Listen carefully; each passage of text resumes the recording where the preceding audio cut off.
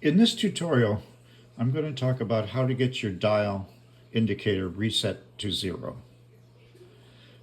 And sometimes it gets a little out of out of whack, or sometimes a lot, especially if you're swapping out the feeler arms down here, and if you have a Nexus dial indicator, which I think comes with 3 and sometimes 4 different types of feeler arms, and you want to change it, or you want to replace it with another dial if you've had it for a while and you want to insert a new dial indicator in there. When you go to reset it, it sometimes is way out of whack. So there are several ways to get your dial back to 0, and it has to be at 0 whenever you take measurements on a reed.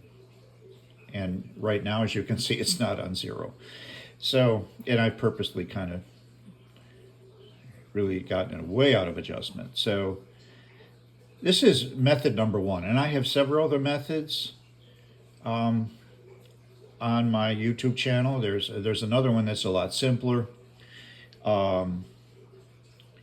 but it has its disadvantages as well. But so this is method number 1.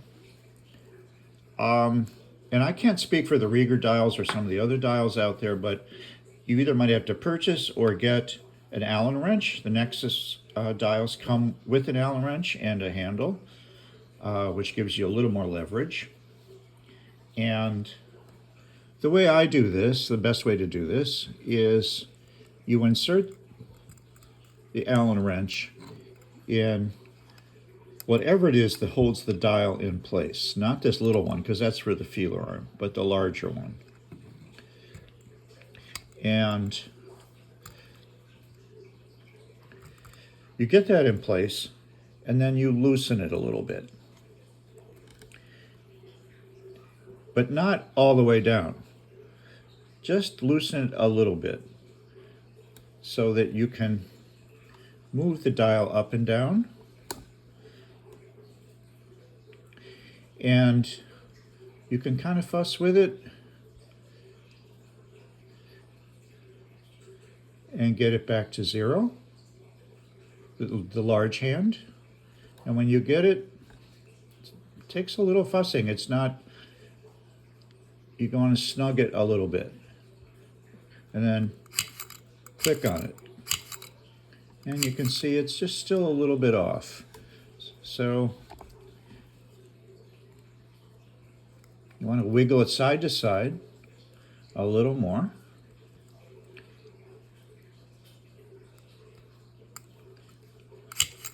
Test it. There it is.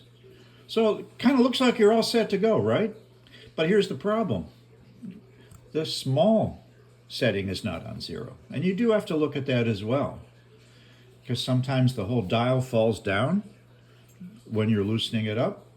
So you got the big one on 0, and it'll probably work okay, but it's always best to have the small needle and the large needle on 0. So then you have to back up, go back to step 1 again, and lift it upwards.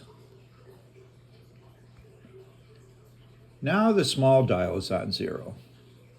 So fuss with it again, snug it but not crank it.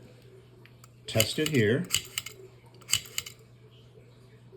and I think we're pretty good. Then once you have it and you clicked it 3 or 4 times, oh, now you see it's moving a little bit. So, and as you do that, especially with these thin arms, the arm can actually start to flex a little bit.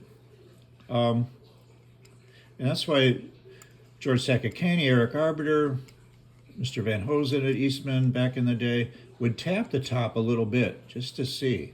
And see, it's a tiny bit off, so you want to bring it down a little more. Click it. And there, now you're set to go. Then you can really tighten it up. And then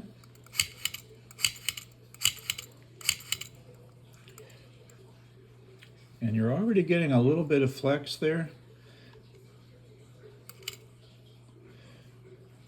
let's see, by tapping it, and I'm not sure why this is, but that I'm barely touching it kind of gets you back.